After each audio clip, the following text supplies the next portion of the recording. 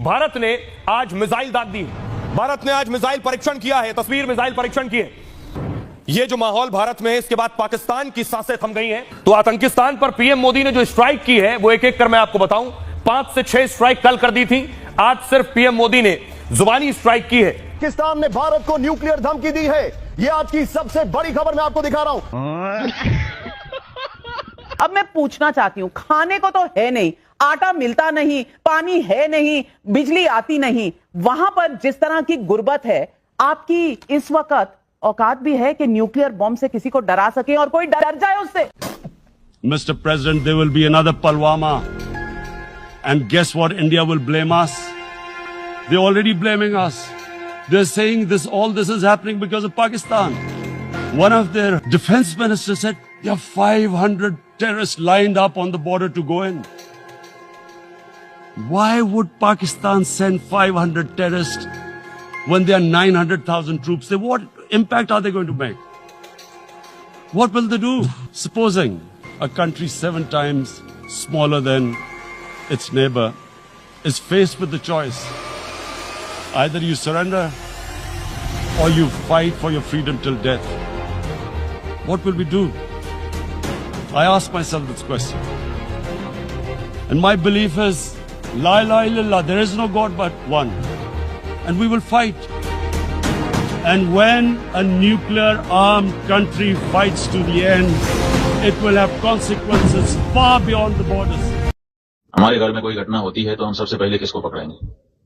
सबसे पहले तो चौकीदार को पकड़ेगा ना, कि तुम कहां थे, क्यों ये घटना हो गई तुम्हारे रहते हुए, किस लिए तुमको रखा था।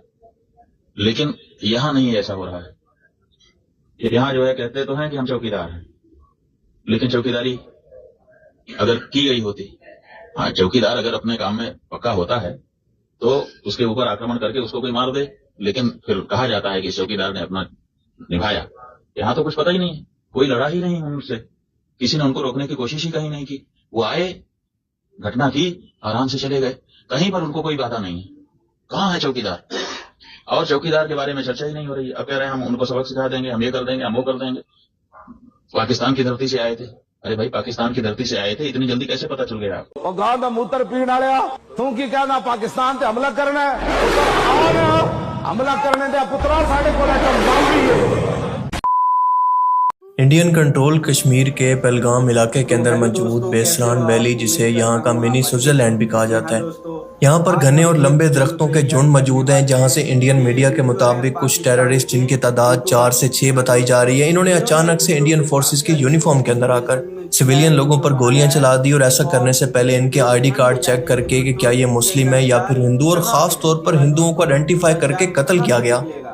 अब तक की इतलात के मुताबिक इस हमले के अंदर 26 लोगों की जान जा चुकी है, जिसके अंदर एक मुस्लिम लड़का भी शामिल था। तमाम मरने वाले मेल थे, जबकि कई लोग इस हमले के अंदर जख्मी भी हो चुके हैं। इंडियन मीडिया के मुताबिक ये दहशतगर्द हमला करने के बाद दोबारा से इसी जंगल के अंदर जाकर दोबारा फरार हो गए। आपको बताता चलूं कि ये रास्ता ऊंचाई पर मौजूद होने की वजह से लोगों को यहाँ पर रेस्क्यू करना बहुत मुश्किल काम था, लिहाजा हेलीकॉप्टर की मदद से इनको रेस्क्यू किया गया। और हस्बे आदत सिर्फ चंद ही मिनटों के अंदर इंडियन मीडिया पर यह खबर चलना शुरू हो गई कि यह हमला पाकिस्तान बेफ तंजीम लश्कर ए तैयबा के एक सब ग्रुप TRF ने करवाया है, और इसने इसकी जिम्मेदारी भी कबूल कर लिया है। अब जाहिर है कि ये जिम्मेदारी कबूल करने के बाद ये तो कन्फर्म हो गया कि एक दहशतगर्दी का हमला था और निहत्थे लोगों पर गोली चलाई गई, जो कि इंतहाई काबिल मुज़म्मत और अफसोसनाक भी है, क्योंकि ये सिविलियन लोग मैदान जंग के अंदर लड़ने के लिए नहीं आए थे। और ख़ुद इंडियन मीडिया के ही मुताबिक TRF का कहना है कि कश्मीर के अंदर नाफिज होने वाले आर्टिकल की वजह से कश्मीर में क्योंकि मुसलसल हिंदुओं की तादाद बढ़ती जा रही है और वो इस इलाके के अंदर डोमिसाइल लेकर आबाद भी हो रहे हैं, यानी इनकी जगह पर कब्जा कर रहे हैं। और दूसरी वजह कि भारतीय हुकूमत जो कि कश्मीर में इन पर जुल्म कर रही है, ये उसका बदला था। अब याद रहे कि भारतीय मीडिया खुद इस चीज़ को रिपोर्ट कर रहा है, लिहाजा इनके खुद के मुताबिक भारत और कश्मीर के अंदर होने वाला ये हमला दरअसल इनकी गलत पॉलिसियों का नतीजा है। और ये भारत का अंदरूनी मामला है, क्योंकि ये इलाका इसके कंट्रोल के अंदर है, लिहाजा इसके बीच पाकिस्तान कहाँ से आ गया। और दूसरी बात कि जब आप इंडियन ऑक्युपाइड कश्मीर के अंदर इनके निहत्थे लोगों पर जुल्म करेंगे, इनके लोग उठाकर ले जाएंगे, इनको कत्ल करेंगे, तो आप इनसे बदले में क्या एक्सपेक्ट करते हैं? अब मैं इस हमले को बिल्कुल भी जस्टिफाई नहीं कर रहा, बल्कि ये बता रहा हूँ कि ये भारतीय हुकूमत का पॉलिटिकल फेलियर है, जिससे वो तवज्जो हटाकर इसका सारा मलबा पाकिस्तान पर डालने की कोशिश कर रहा है। और कई दिन गुजरने के बाद भी मैंने इस टॉपिक पर इसीलिए बात नहीं की कि शायद इंडिया की तरफ से कोई सबूत सामने आ जाए, कोई इन्फॉर्मेशन सामने आ जाए, लेकिन कई दिन गुजरने के बावजूद भी ऐसा कुछ सामने नहीं आया। और जाहिर है कि गोदी मीडिया और गोदी यूट्यूबर्स की तरह बस फीडेड इन्फॉर्मेशन तो मैं अपने लोगों को पहुंचा नहीं सकता।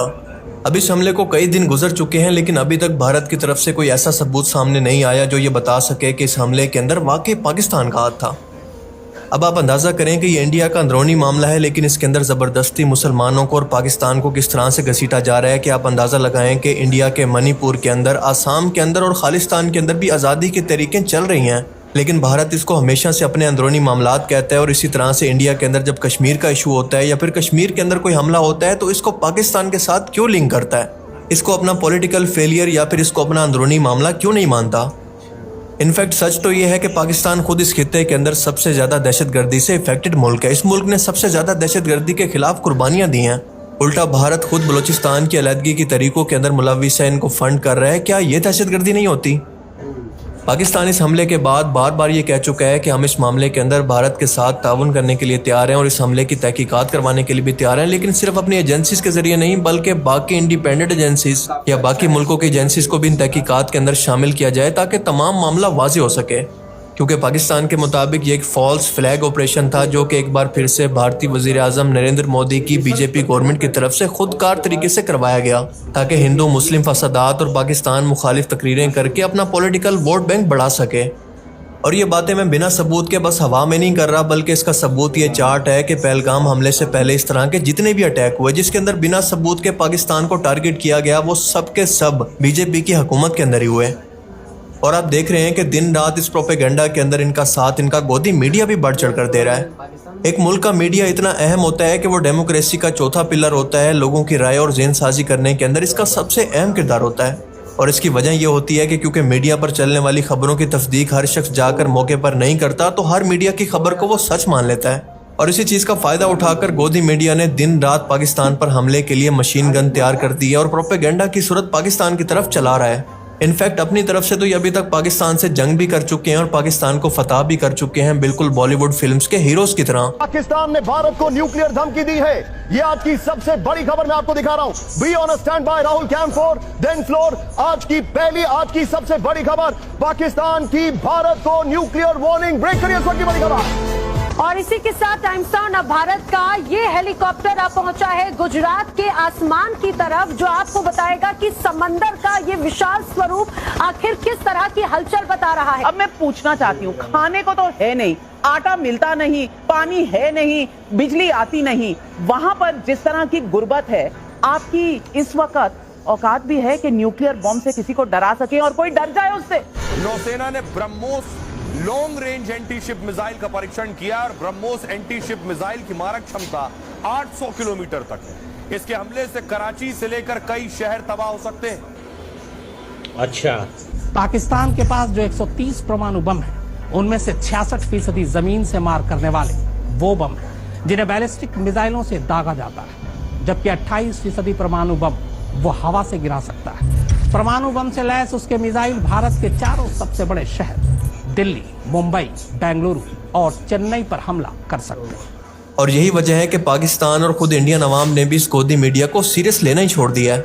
बल्कि पाकिस्तान के अंदर तो इस सीरियस माहौल के अंदर भी मीम्स बन रही हैं। कोई कह रहा है कि जल्दी से जंग का दिन डिसाइड करो ताकि मैं जंग का सूट सिलवा सकूं, और कोई कह रहा है कि जंग के बाद अंबानी का घर मेरा होगा, तो कोई ताजमहल पर मर्दाना कमजोरी की वॉल चॉकिंग कर रहा है। चढ़ गए वो बाग जिनके लाखों माली थे, गए जब सिकंदर दुनिया से उनके दोनों हाथ खाली थे।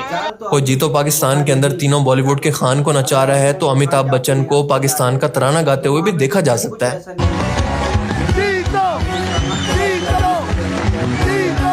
अच्छा, इंडियन मीडिया कह रहा है जी पाकिस्तान में खौफ का माहौल है। अब माहौल चेक करो जरा। इंडियन आर्मी से गुजारिश है कि अगर जंग करने कराची आओ तो अपनी हिफाजत खुद करो और मोबाइल घर रख के आओ, क्योंकि कराची आते ही तुम्हारा या तो मोबाइल छिन जाएगा या तो ट्रक के नीचे आ जाओ। आज इतवार का दिन मैं कसम खा के कहना जे जंग के दौरान मेरी सोलर प्लेटन को जो होया मैं तो फटे चक देने। और मोदी की यार आरे लाए लागा जंग चलानी है तो ਅਸੀਂ ਬਾਰਡਰ ਤੇ ਆ ਕੇ ਬੈਠੇ ਆ। ਐਵੇਂ ਇਹਨਾਂ ਕਰਮਾਂ ਵਾਲਾ ਸਾਰੇ ਕੰਮ ਕਾਜ ਛੱਡ ਕੇ ਆ ਕੇ ਇੱਥੇ ਬੈਠੇ ਲਾਗਾ ਜੰਗ ਅਸੀਂ ਵੀ ਕਿਧਰੇ ਵੜੀਏਗਾ। और देखें, सच भी ये है कि इंडिया जो कर सकता था इसने वो कर दिया और इससे ज्यादा वो कुछ भी नहीं करेगा। और इससे बढ़कर बस ये अपनी आवाम को ट्रक की बत्ती के पीछे लगा रहे हैं। इन्होंने करना कुरना इससे ज्यादा कुछ भी नहीं है। और ऐसा इसलिए क्योंकि पाकिस्तान एक न्यूक्लियर स्टेट है जिसके निशाने पर इंडिया का हर एक शहर मौजूद है। तो सोचें कि भारत भला जंग की बेवकूफ़ी क्यों करेगा, क्योंकि पाकिस्तान तो वैसे भी लाइन के अंदर मौजूद है और उसके इफेक्ट दूसरे मुल्कों पर ज्यादा होंगे बजाय पाकिस्तान के। लेकिन दूसरी तरफ इंडिया का मैप पाकिस्तान की तरह बिल्कुल सीधा नहीं है बल्कि फैला हुआ है, यानी एक शहर पर हमला करने के असरात कई दूसरे शहरों पर या फिर स्टेट तक जाएंगे। पर सबसे ज्यादा अफसोस मुझे इंडियन मीडिया की क्रेडिबिलिटी देखकर होता है। आप मुझे बताएं कि जब भी किसी घर के अंदर चोरी होती है तो हम लोग सबसे पहले क्या करते हैं? सबसे पहले चौकीदार से ये सवाल करते हैं कि चोरी के वक्त तुम कहां सो रहे थे, तुम्हारे होते हुए ये चोरी कैसे हो गई, मैं तुम्हें अपना पेट काट कर किस चीज की तनख्वाह देता हूं। तो आप मुझे बताएं कि इस सूरत हाल के बाद क्या इंडियन मीडिया का ये काम नहीं था कि अपनी गवर्नमेंट से और अपनी एजेंसी से सवाल करें कि आपके होते हुए ये हमला आखिर कैसे हो गया? क्या ये आपका सिक्योरिटी फेलियर नहीं है? और पॉलिटिशियन अपनी नाकामी का एतराफ करके अब तक इस्तीफा दे चुके होते अगर ये वाकई कोई तरक्की याफ्ता मुल्क होता या फिर डेमोक्रेटिक हुकूमत होती। तो अब इस गोदी मीडिया के प्रोपेगेंडे के बाद हम क्या देखते हैं कि ये इंडियन ब्रेन वॉश्ड लोग जो कि दुनिया भर के अंदर पाकिस्तान की एम्बेसी के बाहर एहतजाज कर रहे हैं, खासतौर पर लंदन की एम्बेसी के बाहर, और एक दूसरे को इस तरह से बच्चों की तरह चिढ़ा रहे हैं। अब गोरे भी इनको देखकर सोचते होंगे कि हमने किन जाहिलों को अपने मुल्क के अंदर एंट्री दे दी है, क्योंकि इन लोगों ने अपने मुल्कों के अंदर भी अमन को तबाह किया हुआ और हमारे मुल्क का भी वही हाल कर रहे हैं। लेकिन यही बच्चे और यही इंडियन गोदी यूट्यूबर्स अपनी सरकार से इसकी इंटेलिजेंस और पॉलिटिकल फेलियर पर सवाल क्यों नहीं करते?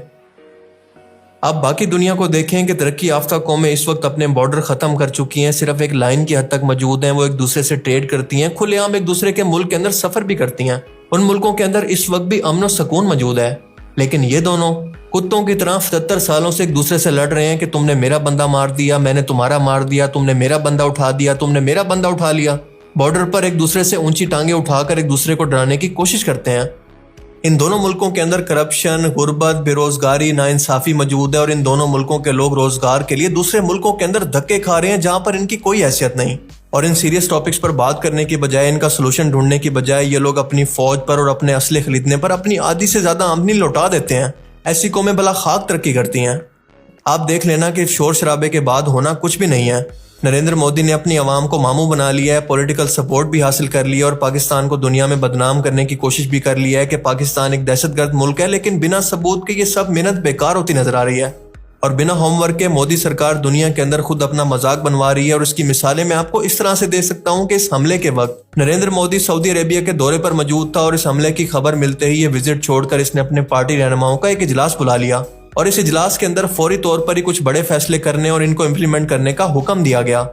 और इन फैसलों के अंदर सबसे पहला फैसला ये था कि 1960 के अंदर होने वाला इंडिया पाकिस्तान का सिंध-तास मुआहदा, जिसको इंडिया ने ना 1971 की जंग के अंदर तोड़ा ना 1999 की कारगिल वॉर के अंदर, वो अब इसको अकेले ही खत्म करने जा रहा है। यानी इनके मुताबिक वो पाकिस्तान के पानियों को रोककर इनको सुखाकर बंजर कर देंगे और बंजर का मतलब है कि किसी मुल्क के अंदर कहत हो जाना और कहत का मतलब है कि खाना जंगी। पर आप देखें कि ये बहुत ही नॉन सीरियस और मजाहिया स्टेटमेंट था जो कि सिर्फ अपनी आवाम के गुस्से को ठंडा करने के लिए और इनको वक्ती तौर पर लॉलीपॉप देने के लिए था। क्योंकि हकीकत यह है कि सिंध-तास मुआहदा एक इंटरनेशनल ट्रीटी है और ये मुआहदा 1960 के अंदर वर्ल्ड बैंक की निगरानी में हुआ था और इस मुआहदे के अंदर 6 बड़े दरिया शामिल थे जिनको 2 हिस्सों के अंदर तकसीम किया गया।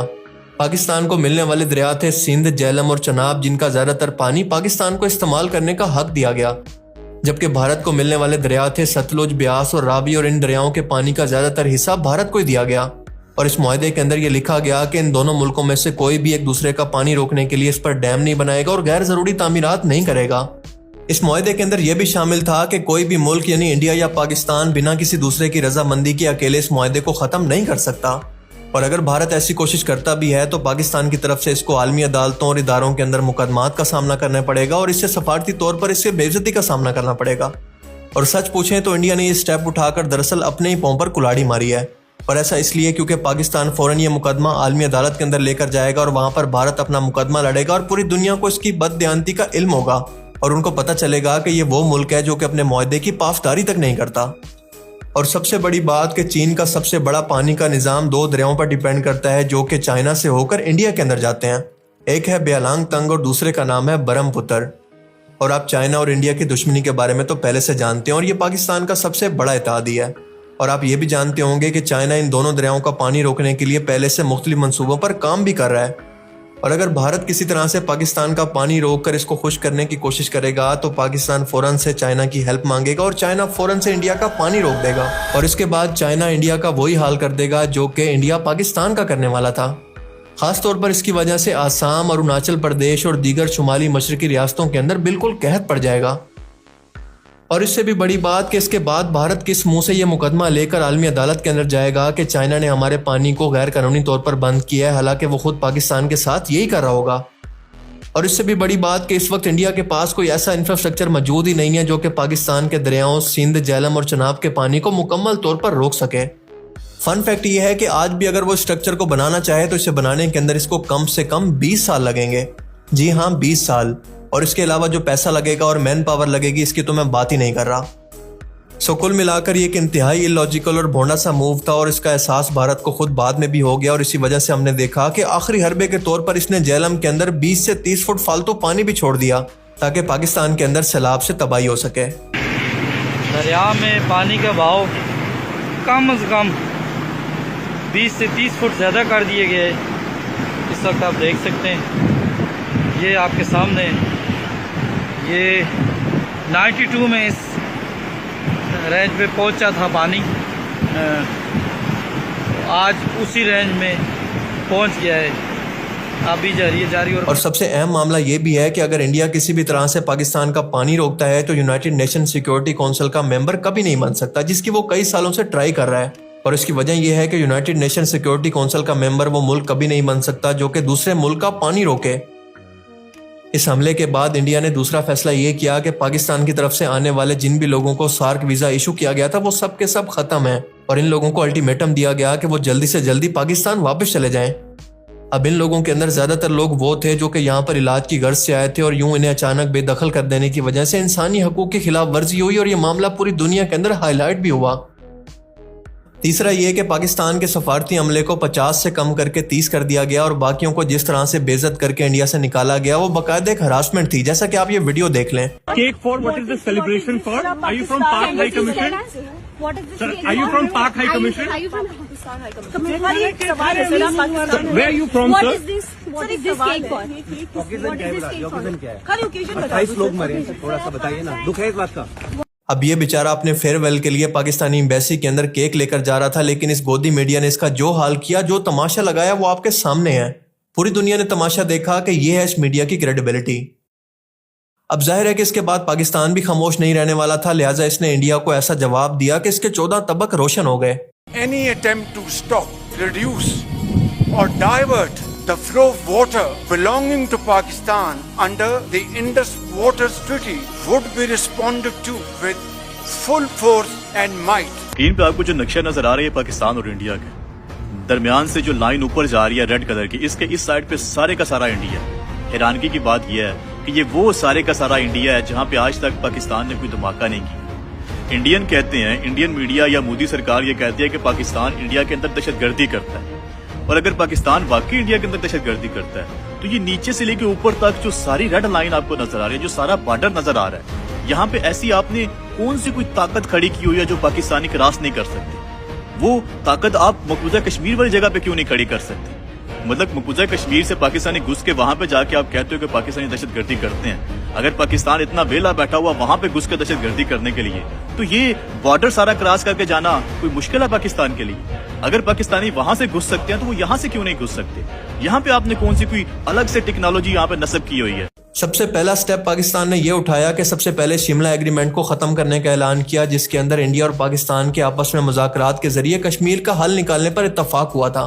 दोनों ने मिलकर यह फैसला किया था कि इसके अंदर कोई तीसरा मुल्क शामिल नहीं होगा और इसी मुआहदे के अंदर कश्मीर के अंदर मौजूद लाइन ऑफ कंट्रोल को यानी LOC को तस्लीम किया गया था, जो कि पाकिस्तान और भारत के दरमियान सरहद को जाहिर करता है। इन दोनों मुल्कों ने इस लाइन को तस्लीम किया था और इस पर किसी भी किस्म की कोई भी तब्दीली न करने पर इत्तफाक हुआ था। अब इस मुआहदे को खत्म करने के बाद पाकिस्तान के पास इख्तियार है कि जिस वक्त भी चाहे, जब भी चाहे, इंडिया पर किसी भी जगह से हमला कर सकता है। लेकिन दूसरी तरफ आपको ये जानकर हैरत होगी कि इंडियन फोर्सेस के अंदर तकरीबन 1 लाख के करीब सिक्योरिटी फोर्सेस या फिर फौजी जवानों की इस वक्त भी कमी है। और यही वजह थी कि उस इलाके के अंदर भी जहां पर पहलगाम में ये इंसिडेंट हुआ वहां पर सिक्योरिटी फोर्सेस या फिर आर्मी मौजूद नहीं थी। अब इसका साफ तौर पर मतलब यह है कि इस मुआहदे के खत्म होने के बाद हमला तो दूर की बात, इंडिया खुद को बस डिफेंड करने का सोचेगा कि कहीं पर भी किसी भी वक्त इस पर हमला हो सकता है। और दूसरी फन फैक्ट यह है कि अगर सिंध तास मुआहदा खत्म ही हो गया है तो रावी, सतलुज और ब्यास पर भी इंडिया का कोई हक नहीं बनता। अगर फर्ज करें कि किसी भी तरह से इंडिया कोई भी जारियत करने की सोचता भी है तो चीन, तुर्की, ईरान ने मिलकर पाकिस्तान का साथ देना है और अमेरिका और इसराइल और फ्रांस ने इंडिया का साथ देना है। और आप देखेंगे अमेरिका का तो ट्रैक रिकॉर्ड है कि ये सिर्फ अपना असला बेचकर, जंगे करवाकर प्रॉफिट बनाता है, प्रॉफिट गिनता है और इसके बाद बीच जंग के अंदर यूक्रेन की तरह अपने इत्तेहादियों को छोड़कर वहां से खिसक जाता है। ठीक है भाई, मैं चलता हूं। ओके। इस वक्त अगर हम फ्रांस की तरफ देखें तो इसकी इकोनॉमी बहुत ही इनस्टेबल है, वो अपने मसलों के अंदर उलझा हुआ है। और दूसरी तरफ आप खुद समझ सकते हैं कि इंडिया को सिर्फ इसराइल इसीलिए सपोर्ट करता है कि सिर्फ पाकिस्तान ही है जिससे इसको खतरा है, क्योंकि पूरी मुस्लिम दुनिया के अंदर इस वक्त सिर्फ पाकिस्तान ही है जिसके पास न्यूक्लियर हथियार मौजूद हैं। और इसराइल इतना चालाक है कि इंडिया के कंधे पर बंदूक रखकर चलाना चाहता है कि इसके खर्चे पर पाकिस्तान को मजीद कमजोर करके इतना कमजोर कर दे कि इसको तोड़ सके, और सबसे बढ़कर के गजा के हालात से और इनके जुल्म से इनकी नजरें हटाई जा सकें। क्योंकि अभी अभी हमने खबरों में देखा कि यहूदी कई सालों के बाद बैतुल मुकद्दस के अंदर दाखिल होकर इबादत कर रहे हैं, लेकिन किसी ने भी इनको नहीं रोका। इंडिया पाकिस्तान के अंदर इस टेंशन का फायदा उठाकर इसराइल यही चाहता है कि ये अपने मसलों के अंदर उलझ कर रह जाए और गजा की तरफ ध्यान ही न दे सके। और वैसे भी मैंने आपको कुछ दिन पहले एक वीडियो के अंदर बताया था कि ईरान के बाद इसराइल का अगला टारगेट पाकिस्तान ही होगा, और आप देख लें कि बिल्कुल वैसा ही हो रहा है, क्योंकि बिना इन्वेस्टिगेशन के सबसे पहले इंडिया का साथ अमेरिका और इसराइल ने दिया है कि हम इस हमले को कंडेम करते हैं। पाकिस्तान ने दूसरा स्टेप ये लिया है कि इंडिया के लिए अपनी एरोस्पेस मुकम्मल तौर पर बंद कर दी है, जिसकी वजह से इंडियन एयरलाइन को, इंडिगो को करोड़ों डॉलर का नुकसान महाना होगा। और इसकी सीधी सादी वजह यह है कि इंडिया की ज्यादातर यूरोप और गल्फ कंट्रीज की फ्लाइट पाकिस्तान की फिजाई हदूद से होकर गुजरती हैं, और ये रास्ता इंतहाई सीधा, आसान और कम खर्च है। लेकिन जब इन जहाज़ों को एक बड़ा टर्न लेकर समंदर से जाना पड़ेगा तो इसके अंदर फ्यूल ज़्यादा लगेगा, वक्त ज़्यादा लगेगा, और जाहिर है कि इसकी वजह से इंडियन एयरलाइन की फ़्लाइट की कीमतें बढ़ती जाएंगी। और इस चीज़ का फ़ायदा उठाएंगी बाकी एयरलाइंस, क्योंकि बाकी एयरलाइंस इंडियन एयरलाइंस के मुकाबले में अपनी फ़्लाइट की कीमतें कम से कम प्राइस पर बेचेंगी, जो कि वो पहले बेच रही थी, क्योंकि ये पाबंदी उनके लिए है ही नहीं कि वो पाकिस्तान की एरोस्पेस से नहीं गुजर सकती। और इसके अलावा पाकिस्तान ने इंडिया के तमाम ट्रेड रूट भी बंद कर दिए हैं, इसका रास्ता भी बंद कर दिया है जहां से वो पाकिस्तान के रास्ते दुनिया के अंदर अपने गुड्स सप्लाई किया करता। और इसकी वजह से आप देखेंगे कि इंडिया के अंदर एक्सपोर्ट कम और इसकी इंपोर्ट ज़्यादा हो जाएंगी, और इसके मुल्क के अंदर महंगाई बढ़ेगी और बेरोजगारी मुसलसल बढ़ती जाएगी। अब देखा जाए तो उसके बाद मोदी की हर चाल ही उल्टी पड़ रही है। देखें, चाहे कोई भी शख्स हिंदू हो या मुसलमान हो या फिर किसी भी मजहब से ताल्लुक रखता हो, दुनिया के हर एक इंसान की जान कीमती है। किसी भी मजलूम की जान लेने का किसी भी शख्स को कोई इख्तियार नहीं। और इसीलिए बार बार मैं अपनी वीडियो के अंदर ये शामिल कर रहा हूँ कि अगर मोदी अपने दावे के अंदर सच्चा है और वाकई ये हमला हुआ है तो इस हमले की तहकीकात इंटरनेशनल बॉडी को शामिल करके करवाए, ताकि दूध का दूध और पानी का पानी हो सके।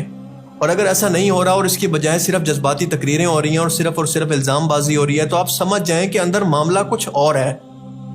और सबसे आखिर में एक बात कहना चाहूंगा कि इस तरह की पॉलिटिकल कुश्ती के अंदर हार हमेशा आम आदमी की होती है। हमेशा आम आदमी मारा जाता है, हमेशा उसी के नसीब के अंदर भूख आती है, उसी आम आदमी के हकूक मारे जाते हैं। जबकि ये प्रोपेगेंडा करने वाले, अपनी आवाम को बेवकूफ़ बनाने वाले पॉलिटिशियन सिक्योरिटी प्रोटोकॉल और बाहर मुल्कों की सिटीजनशिप इंजॉय करते हैं। सो इन धोखेबाजों को अंध भक्त बनकर या फिर अंधा होकर फॉलो करने की बजाय, भेड़ बनने की बजाय अपनी आंखें खोलकर इनसे सवाल करें। और जब आप सवाल करना सीखेंगे, जब जवाब मांगेंगे, तब भी इन दोनों मुल्कों के अंदर कोई बेहतरी आ सकती है। वरना भाई इस मुल्क के अंदर वही होगा जो कि पिछले 77 सालों से होता आ रहा है कि इस शोर के अंदर शोर की आवाज़ दब कर रह गई है। बाकी आप इस बारे में क्या सोचते हैं, अपनी कीमती राय का इजहार कमेंट सेक्शन में ज़रूर करें। Thanks for watching this video.